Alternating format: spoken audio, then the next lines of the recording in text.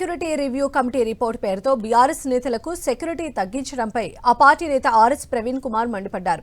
CM Revanth అరాచక పాలన సాగిస్తున్నారని ఆగ్రహం వ్యక్తం చేశారు. సీఎం రేవంత్ తనకు ఇష్టమైన వాళ్లకు సెక్యూరిటీ ఇస్తూ ప్రశ్నించే వాళ్లకు ఇష్టం లేని వాళ్లకు మాత్రం సెక్యూరిటీని తగ్గిస్తున్నారని ఆరోపించారు. వెంటనే సెక్యూరిటీ కమిటీ రిపోర్ట్ను బయట పెట్టాలని ఆర్ఎస్ ప్రవీణ్ కుమార్ డిమాండ్ చేశారు.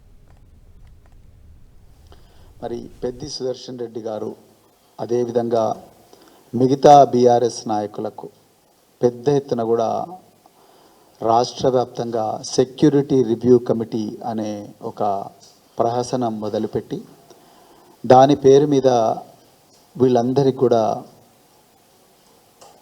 భద్రతను కుదించడం లేకపోతే తొలగించడం అని రేవంత్ రెడ్డి ప్రభుత్వం ఒక కార్యక్రమానికి తెరలేపింది. సెక్యూరిటీ రివ్యూ కమిటీ అనేది ఒక లోపభూయిష్టమైన అంటే ఇష్టమైన వాళ్ళకు గన్మెన్, ఇష్టం కాలేని వాళ్ళకు ప్రశ్నలు అడిగిన వాళ్ళకు తీసేయి, వాడు సచ్చినా మంచిదే.